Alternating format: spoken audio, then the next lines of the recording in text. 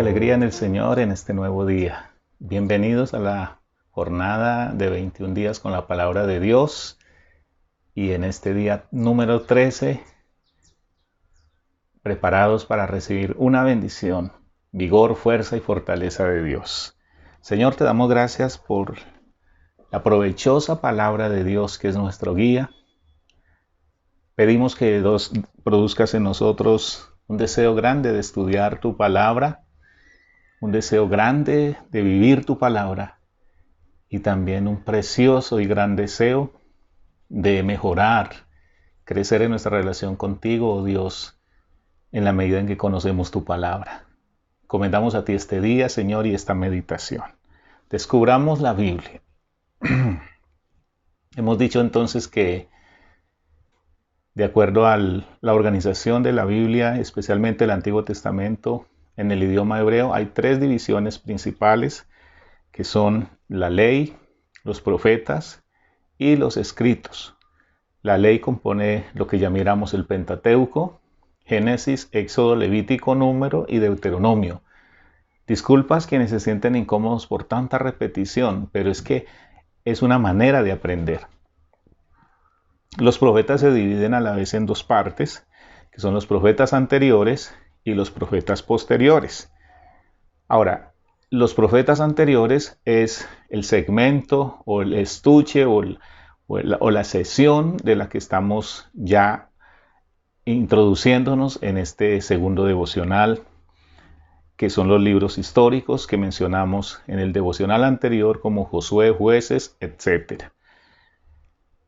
Estos libros históricos tienen la característica de que cubren la época del pueblo entrando a la tierra de Canaán hasta cuando el pueblo de Israel fue llevado en cautiverio, en exilio a Babilonia. Bueno, antes que eso había habido también otra que esclavitud o otra guerra que casi destruye 10 tribus de Israel, pero eso lo vamos a mirar más adelante. Por ahora nos quedamos hasta allí. Entonces estos libros, aunque son más históricos y por eso en nuestra manera de organizarlo lo llaman así libros históricos, para el pueblo de Israel se clasifican dentro de los libros proféticos. En su momento profundizaremos más acerca de esto. Recordemos entonces que el libro de Deuteronomio termina con el pueblo al lado, en la frontera de la tierra prometida, la tierra de Canaán, que es la promesa de Dios a Abraham. Entonces entramos al libro de Josué y este personaje va a ser muy importante en este segmento. ¿Por qué?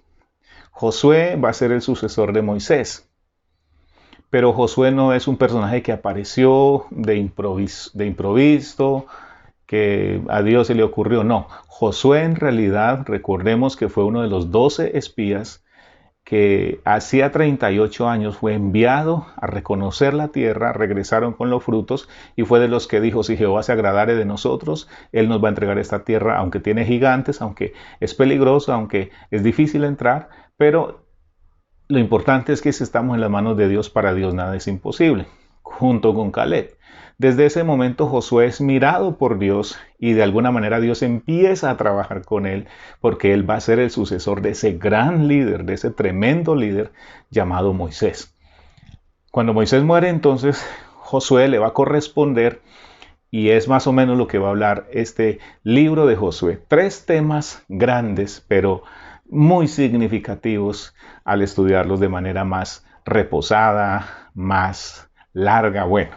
Primero, la conquista de la tierra prometida. Capítulo 1 a capítulo 12, Josué es el varón que le va a tocar ceñirse de un temperamento fuerte, porque le va a tocar darle ánimo al pueblo, porque además está tomando el liderazgo y de pronto muchos no van a creer en él. De hecho, cuando él habla con el pueblo, ellos le dicen, bueno, nosotros te vamos a obedecer siempre y cuando el mismo vigor y el mismo Espíritu de Dios que habitó o que dirigió a Moisés durante toda esta jornada sea el mismo que está en ti. Qué compromiso tan tremendo está puesto sobre Josué.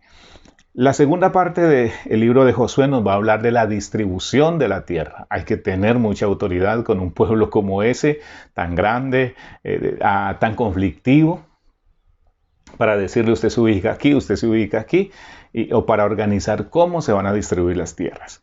Y en la parte, eso va desde el capítulo 13 hasta el capítulo 22 del libro de Josué, y los capítulos 23 y 24 son los últimos días de Josué, la renovación del pacto y bueno, la despedida del pueblo de Josué. Recuerden que hay un versículo muy bonito cuando Josué se despide de ellos y les dice, bueno, todo este tiempo han caminado con Dios, yo me he esforzado de que usted sea un pueblo que ama, teme y obedece a Dios. De ahora en adelante no sé qué van a hacer ustedes, pero yo y mi casa serviremos a Jehová. Pasamos de aquí entonces. Bueno, allí se nos van a quedar un poco de temas que vamos a seguir digiriéndolos en esta semana. Por ejemplo, tenemos la toma de Jericó, tenemos a una mujer que entra en ese escenario tan especial, una mujer gentil llamada Rahab, que dice la Biblia que era de profesión ramera. Tenemos otra historia que no la voy a pasar por alto, y es la historia de Caleb, un hombre ya lleno de años, avanzado, 85 años, y la actitud que él tiene para retomar sus territorios. Vamos entonces al devocional de este día. Vamos a leer hoy Salmo 119, 25 a 32. Dice así la palabra del Señor. Abatida hasta el polvo está mi alma. Vivifícame según tu palabra. Te he manifestado mis caminos y me has respondido. Enséñame tus estatutos. Hazme entender el camino de tus mandamientos, porque medité en tus maravillas. Para que medite en tus maravillas, perdón. Se deshace mi alma de ansiedad, susténtame según tu palabra. Aparta de mí el camino de la mentira, y en tu misericordia concédeme tu ley.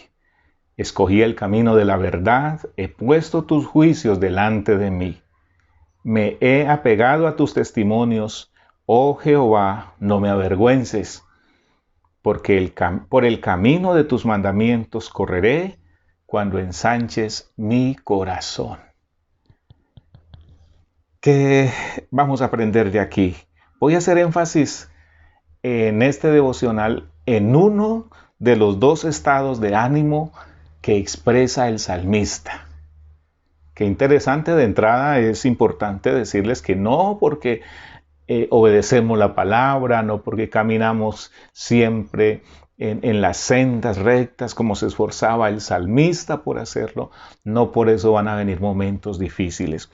Él empieza diciéndole a Dios, abatida hasta el polvo está mi alma. Y otra vez en el versículo 28 hace otra exclamación muy parecida y dice, se deshace mi alma de ansiedad.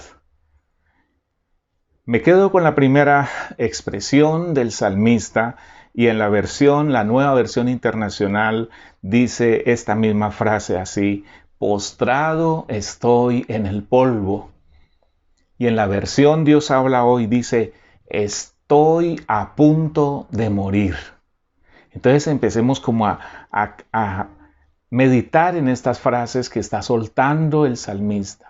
Recordemos que en la sesión anterior, y muy probablemente esto tenga que ver, el salmista dice que tiene oprobio, tiene oposición, que príncipes se han levantado contra él. No hay ninguna descripción de quiénes son, pero sí dice que está experimentando una terrible oposición, terribles enemigos que están contra él, y es probablemente esto lo que lo está llevando a este estado de abatimiento, dice él, a punto de morir, se siente postrado en el polvo. Muy bien, ¿qué es entonces ese abatimiento? ¿Qué sentido tiene? La definición de abatimiento es desmoronamiento físico o moral de una persona, hundimiento o postración moral y física, es humillación, es afrenta, es bajeza en la que vive una persona. Entonces hay unos términos sinónimos que son decaimiento, desfallecimiento, agotamiento, desaliento, desánimo, postración, aplanamiento, depresión. Es decir, alguien derrotado, completamente doblegado. Así se está sintiendo el salmista. Lo interesante es que él está diciendo a Dios, mire cómo me estoy sintiendo, por favor. En el sentido marítimo, esa palabra de abatido significa el desvío de una embarcación por la influencia del viento.